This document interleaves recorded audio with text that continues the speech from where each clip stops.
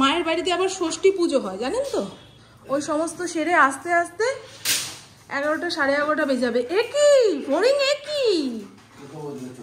হ্যাঁ তোমার বাবা হয়রান হয়ে গেছে, মারাত্মক গরম, মারাত্মক গরম। হরে কৃষ্ণ কৃষ্ণ কৃষ্ণ হরে হরে, হরে রাম রাম রাম হরে হরে, হরে কৃষ্ণ কৃষ্ণ কৃষ্ণ হরে হরে, হরে রাম রাম রাম হরে হরে। আচ্ছা তুমি স্নান করে ঠাকুরের পায়ে ফুলটা দিয়ে দাও।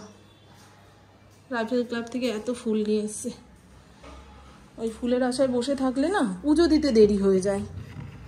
যত বেলা বাড়ে তত রোদ ওঠে, ঠাকুর ঘর যেন আগুন, ভক্তি ভরে নমস্কার করা যায় না। দেখেছেন কবে যে আমাদের এলাকায় বৃষ্টি হবে। খবরের কাগজে দেখলাম কৃষ্ণনগরে গতকাল বিকেলে ঝমঝমিয়ে বৃষ্টি, সব এলাকাতে বৃষ্টির খবর পাচ্ছি, শুধু শ্রীরামপুর জ্বলে পুড়ে ছাই হচ্ছে। প্রার্থনা করুন, আমাদের জন্য প্রার্থনা করুন, আমরা শ্রীরামপুরবাসী মোটে ভালো নেই। প্রত্যেক বছর আমার মা যখন বলে জামাই ষষ্ঠীর পুজো করে তোদের বাড়িতে যাব, তখন আমার ছোটবেলার কথা মনে পড়ে যায়। এই জামাই ষষ্ঠীর দিন মা যখন গঙ্গায় যেত, আমরা বাড়ির বাচ্চারা মায়ের পিছন ধরতাম, আর ঠাকুমা বারণ করতো, এই মামুনির মা বাচ্চাগুলোরে নিয়ে যেও না, তুমি পুজোর তালে থাকবে, মা গঙ্গার রূপ বলা যায় না। তখন তো কাকিরা এত উৎসাহ দেখাতো না কোনো পুজো আচরাতে, মা সমস্ত পুজো করতো। আমি ওই সবার মায়েদের পুজো ধরতে বলবে, কারণ বাচ্চা কাচ্চাদেরও তো জানতে হবে যে আমাদের পরিবারে এই সমস্ত পুজো রয়েছে না রয়েছে। দেখবেন এখন আমরা পিঠে আগেকার মানুষের মতন খেতে পারি না, তবুও বাচ্চা কাচ্চার জন্য করতে হয়। লক্ষ্মী পুজোতে নাড়ু খই কজন নিতে আসে, তবুও বাচ্চা কাচ্চার মুখের দিকে তাকিয়ে আমাদের পুজো করতে হয়। আমার মা তো তাই করতো। আমার মা চাইলে সমস্ত পুজো ছেড়েই দিতে পারে, বলতেই পারে যে আমার একটা মাত্র মেয়ে, বিয়ে দিয়ে দিয়েছি, ব্যাস আমার আগামী দিন কেউ নেই, এই পুজো ধরে না রাখলেও চলে। কিন্তু আমার অন্যান্য কাকিদের ঘরে ছেলে রয়েছে, ছেলের ঘরে আবার ছেলে হয়ে গেছে, তারা যদি এই বংশের পুজো ধরে না রাখে আগামী দিন সব ইতিহাস হয়ে যাবে। অন্যেরটা দেখে বলে বাবা তোমাদের এই আছে, আমাদের ফ্যামিলিতে কিছুই নেই, তাই না? আমার মায়ের শরীরের কথা তো জানেনি, একজন ক্যান্সার রোগীর পক্ষে ওই অত বেলা পর্যন্ত উপোস করে থাকা, পুজোর জোগাড় করা অসম্ভব, অসম্ভব। মাকে বলে দিয়েছি তোমার যতটুকু মন চাইবে তুমি ততটুকুই করবে। আর আমার ঠাকুমা সবসময় বলে যে ঘরে গোবিন্দ রয়েছে সেই ঘরে অন্য পুজো করতেই হয় না। কৃষ্ণ ভক্ত যারা হয় না তারা একনিষ্ঠ, কৃষ্ণের প্রতি সমর্পণ, ওনারা এই ওই সেই ঠাকুরের প্রতি অত ইয়ে করে না, ভাবে কৃষ্ণ সেবা করলে সমস্ত ভগবানকে পাওয়া যায়। জীবনে যত অপশান তত এদিক ওদিক ছুটে বেড়ানো। একজন ঠাকুরের প্রতি মন রাখো তাহলে দেখবে, আর না হলে বিপদে পড়লেই কাকে ডাকবো কাকে ডাকবো, মা কালীকে ডাকবো না শিব ঠাকুরকে ডাকবো না, বুঝলেন? আমার ঠাকুমা সবসময় এই কথা বলে, কৃষ্ণ সেবা করলে আর কোনো ভগবানকে লাগে না। গতকাল ইন্দ্র 5টা হিমসাগর আম এনেছে, তার মধ্যে একটা পচা, বোটাটা পুরো কালো হয়ে গেছিল। ভাবলাম ফেলে দিয়ে ভেতরটা খাওয়া যাবে না, পুরো গন্ধ ছড়িয়ে গেছে, এটা ফেলা ছাড়া গতি নেই। আর এর আগের দিন যে আম কেটে রেখে দিয়েছিলাম সেগুলো 5-6 দিন হয়ে গেল, দেখুন এখনো ভালো রয়েছে। এই আমটা দিয়ে আর গতকালকের একটা আম দিয়ে ইন্দ্রকে মুড়ি মেখে দিই। আগের দিনের আমগুলো পুরো টক, এই আমটা মিষ্টি হবে মনে হয়, এত সুন্দর গন্ধ বেরিয়েছে। মা তুই কি খাবি মা? ছাতু? আমি কি খাবো আমাকে জিজ্ঞাসা করছে, দেখেছেন? তার মানে টো নিচ্ছে, সকালে চাটা কি হবে? চা খাবি? হ্যাঁ না ছাতু খেয়ে যা মা, ছাতু খেয়ে যা। ও পড়তে যাবে না, আমি ভেবেছিলাম পুকুর পড়া রয়েছে, কাল রাতেও বলেছিল। কেন ছুটি দিয়ে দিয়েছে না গরমের জন্য যাবে না? তাই তো এই রোদের মধ্যে বেরিয়ে লাভ নেই মাছের, অনলাইনে ক্লাস রয়েছে। সে যাই হোক, চলুন ইন্দ্রর খাবারের জোগাড়টাকে করে দিই, তারপরে মা মেয়ের কথা ভাবছি। আমরা তো বাড়িতেই থাকবো, এটা ওটা সেটা যখন ইচ্ছা তখন খেতে পারি। মাছ ধোবো, ঘরের মধ্যেই ধুতে হবে। বাবা মুড়ির কৌটো ফাঁকা। আমাদের ঘরে যখন মুড়ি খাওয়া হয় না তো হয় না, মুড়ি শুটিয়ে যায়, আর যখন খাওয়া হবে দিনের দিন শেষ। এখন তো মুড়িটা খুব খাওয়া হচ্ছে। বড় প্যাকেট যে আনবো রাখার জায়গা নেই, বুঝলেন? হ্যাঁ আসো আসো আসো, এই তো ওরে বাবা, পাড়ার দাদা কাকারা চেঁচাচ্ছে, ও কি আর কেদারনাথে বসে থাকতে পারে? সমস্ত ঝামেলা ও মেটাবে, হ্যাঁ? তরবর করে নামলো। কি হয়েছে মা, কি হয়েছে? দেখুন, 1 কাপ চা বানাতে গিয়ে আমার মেয়ের হাল খারাপ, আর আমি ঘন্টার পর ঘন্টা দাঁড়িয়ে দাঁড়িয়ে রান্না করবো। আবার এটা লাগিয়ে রেখেছে এই এটা, যেটা আমার মুখটা যেমন বাজে লাগছে। টকটকে লাল লিপস্টিক দিয়ে তখন সাজতো, এখন সেগুলো দেখে লাভ বুদ্ধি আছে না? আমার মাথায় আগাগোড়াই বুদ্ধি, তুমি পাত্তা দাও না বলে জানো না। আর প্লাস্টিকের বোতল ভরে যতক্ষণ না ফ্রিজে চালান দিতে পারছি শান্তি নেই। এই গরমে খাওয়ার সময় 1 বোতল ঠান্ডা জল না পেলে ভাত গলা দিয়ে নামতে চাইছে না। চলুন দেখি ইন্দ্র বাজার থেকে কি কি মাছ এনেছে না এনেছে। আর আমি যেদিন মাছ ধুই সেদিন হাতে পায়ে গায়ে এত আষ্টি গন্ধ লেগে থাকে, তখন আর মাছ খেতে ইচ্ছা যায় না। এর আগের দিনও বলেছি, তবুও কেউ কমেন্ট করেছেন, বাবা এত রকমের মাছ আনলো আর আলু সেদ্ধ ভাত। অ্যামাজন সার্চ করতে গিয়ে দেখলাম এখন নতুন নতুন অনেক ধরনের পাখা বেরিয়েছে, যেগুলো চার্জে চলে। রান্নাঘরে যাদের গরম লাগে তারা এই ধরনের একটা পাখা কিনে নিতে পারেন, খুব ভালো, অনেক দিন ধরে সার্ভিস দিচ্ছে। কিন্তু এই ঘেটি ঘুটি বেঁকানো যায় না, এটাই যা দাঁড়াচ্ছি। এমন অনেক বাড়ির জামাই রয়েছে, তারা ষষ্ঠীর আগের দিন শ্বশুর বাড়িতে চলে আসে, পরের দিন সকাল হতে না হতে ব্যাগ নিয়ে বাজারে হাঁটা দেয়। বাজারওয়ালাদের তো ভালো মাছ রাখতেই হবে, শ্বশুরদের ছুটি। থাক বাবা, আপনাকে আজ বাজারে যেতে হবে না, আমিই আনছি। বাবা ইন্দ্র যদি সেরকম শ্বশুর বাড়ি পেতো না, হাবি জাবি বাজার করে এনে শাশুড়ির মাথা গরম করে দিত। এই পাবদা মাছটা খুব একটা সুবিধার নয়, পরপর 2টো শয়ের উচ্চারণ থাকলে জিভে আটকায়। বাঙালি মানুষ বাংলা উচ্চারণ করতে গিয়েই থতমত খাই, ইংরেজি কথা তো আটকাবেই। এর মধ্যে আপনারা আছেন ভুল ধরতে, মামন এটার উচ্চারণ ঠিক করলে না, ওটার উচ্চারণ ঠিক করলে না। দূর বাবা, হচ্ছেই না, কথা উচ্চারণ করতে পারছি না। এখনকার মানুষ কথা বলে অনেক ভেবে চিনতে, মুখ থেকে ফসকে একটা কথা বেরিয়ে গেলেই ব্যাস, রে রে ধর ধর মার মার। ঠিক আছে, সেদিন অঞ্জন চক্রবর্তী, টাইটেলটা ভুলে যাচ্ছি, এই হলো আমার স্বভাব, নয় নাম ভুলে যাবো নয় টাইটেল ভুল বলবো। সে যাই হোক, ওনার ইন্টারভিউতে দেখছিলাম আগেকার দিনের মানুষরা বলতো যে গেও মানুষ শহরে মানুষ। এখন আপনি গেও মানুষ কাউকে বলতে পারবেন না, তাহলেই বলবে ও আমরা গ্রামের মানুষ বলে আমাদের অশিক্ষিত বলছেন। তাই এখন গেও বললে চলবে না, শুধু বলতে হবে পিছিয়ে পড়া মানুষ, আর শহরের মানুষকে বলতে হবে আধুনিক মানুষ, তবেই কথা খাটবে। এটা আমার কথা না, অঞ্জন চক্রবর্তী বলছিলেন, আমার কথাটা এত মনে ধরেছে সেটা বললাম। এই যে আমি মাঝে মধ্যে ভুলবশত কয়েকটা কথা বলে ফেলি কিংবা অনিচ্ছাকৃত বলে ফেলি, সেইটা নিয়ে আপনারা হারে রে ধর রে, মামুনকে গলা টিপে মার রে, এই উচ্চারণ ভুল করেছে। ওকে একটুখানি সাবান শ্যাম্পু লাগিয়ে ভালো করে স্নান করিয়ে দে, মারাত্মক গরম পড়েছে। চলুন, মাছ ধোয়ার পরে সিঙ্কটাকে ভালো করে মেজে ঘষে ফেলতে না পারলে বাসন কোসনে আষ্টি গন্ধ ছেড়ে যাবে। তবে একদিনে অনেকটা এনে দেয় তো, রোজ রোজ ধোয়ার ঝামেলা থাকে না। নাহলে আমি গেছি প্রত্যেক দিন মাছ ধোয়ার পরে সব কিছু ছুঁই ছুঁই ধরি ধরি করে মাজা ঘষা, হাতের আঙুল ক্ষয়ে যেত। ফ্রিজে যে সমস্ত সবজিপাতি ছিল সমস্ত ডুমো ডুমো করে কেটে ভাবলাম শুধুই তরকারি করি।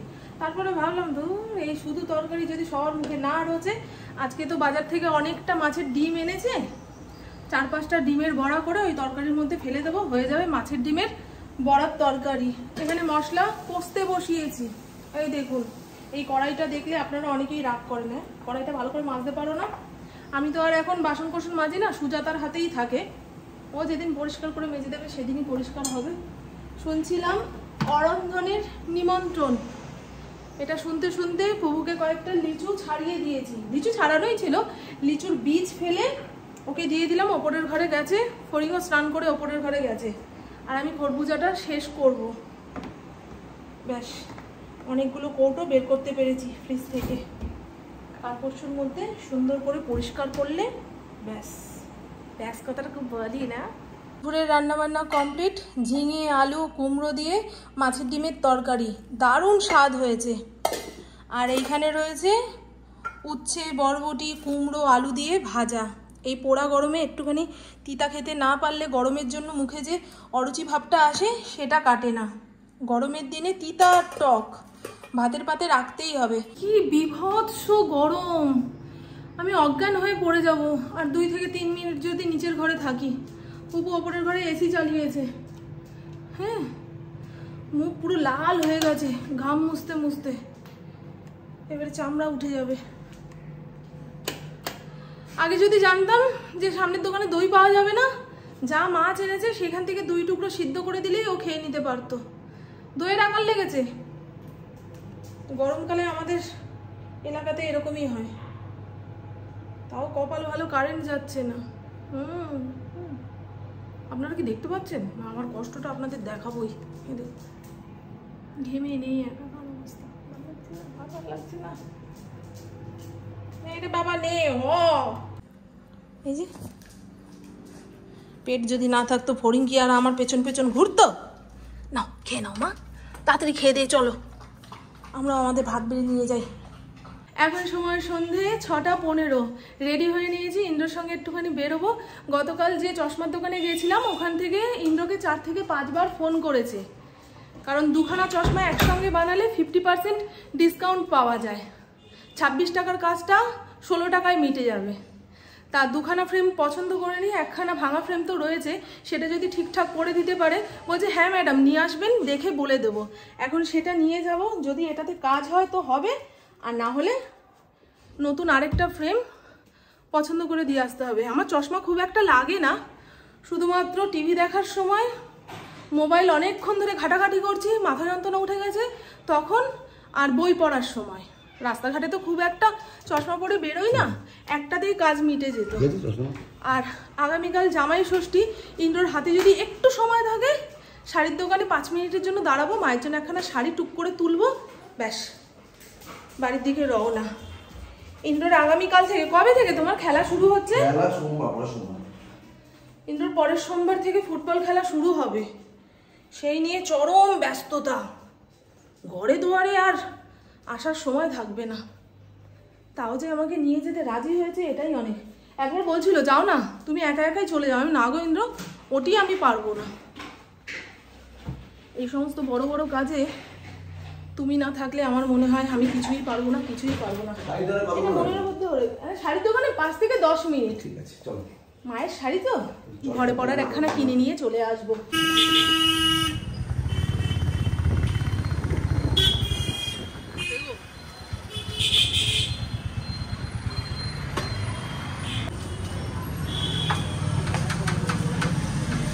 আসুন, আকাশের রংটা যে কি দুর্দান্ত লাগছে।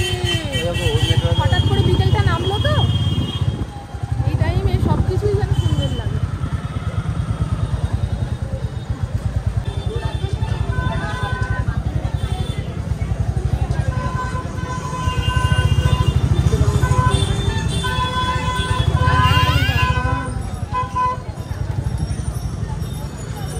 গাড়িটা এত উঁচু, উঠতে নামতেই আমার অবস্থা খারাপ হয়ে যায়। একটা মলমল কটনের ছাপা শাড়ি দেবেন হ্যাঁ মায়ের জন্য।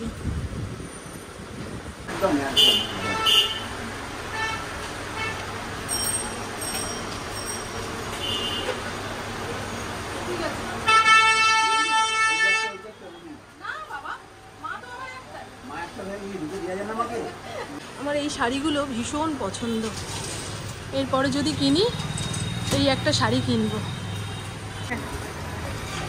চলুন, মায়ের জন্য ওখানে শাড়ি নেওয়ার ছিল, সেটা নিয়ে নিয়েছি। এই শাড়িগুলো পরে যা আরাম, গায়ের সঙ্গে লেগে থাকে।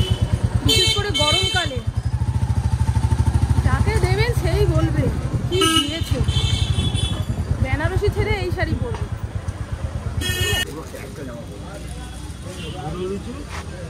আম মিষ্টি হবে দাদা? বেছে দেবেন, হ্যাঁ যেগুলো মিষ্টি হবে সেগুলোই দেবেন। গাছ পাকা সব আমালাই আমের গ্যারেন্টি দিচ্ছে, তাই না? তাই তো, এত বিশ্বাস নিয়েই তো বেচতে হবে আম।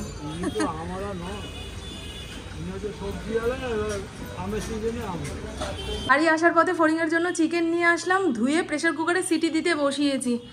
আপাতত আমগুলোকে ঝুড়ির মধ্যে রাখি, একদিন রাখলেই বোটার কাজটা কেমন কালো হয়ে যাচ্ছে।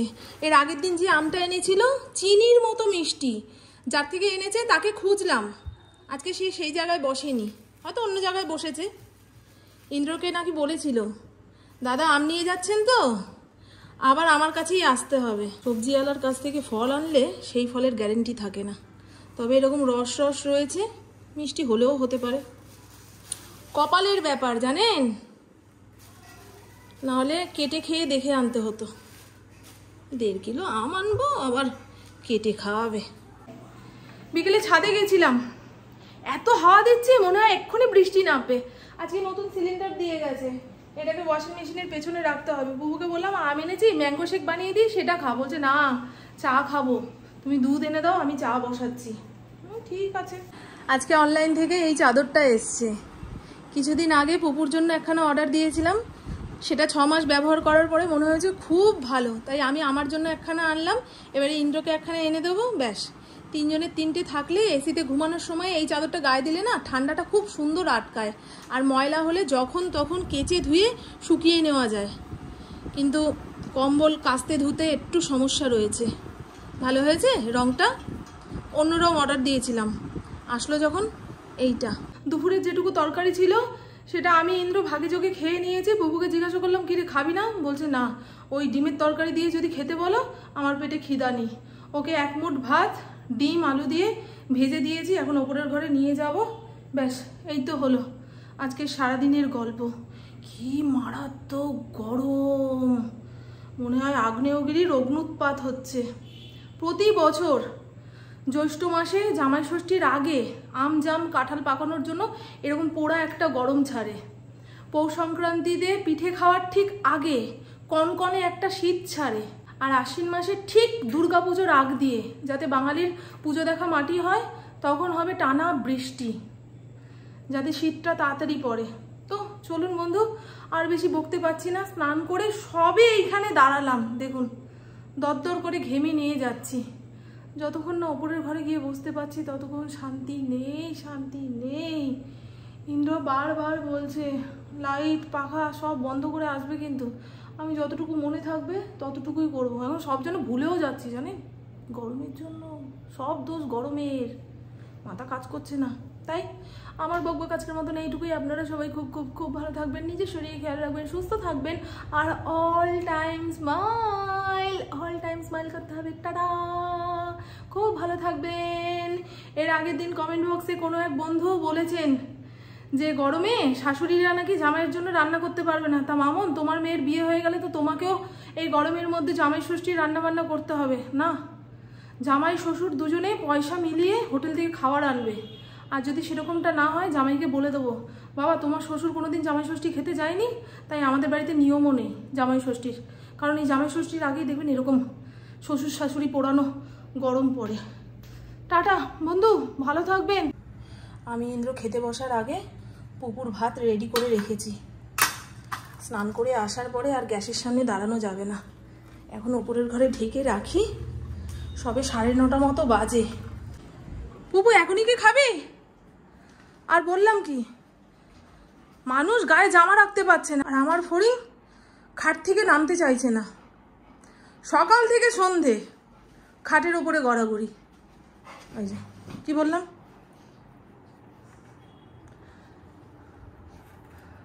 খেয়ে নে।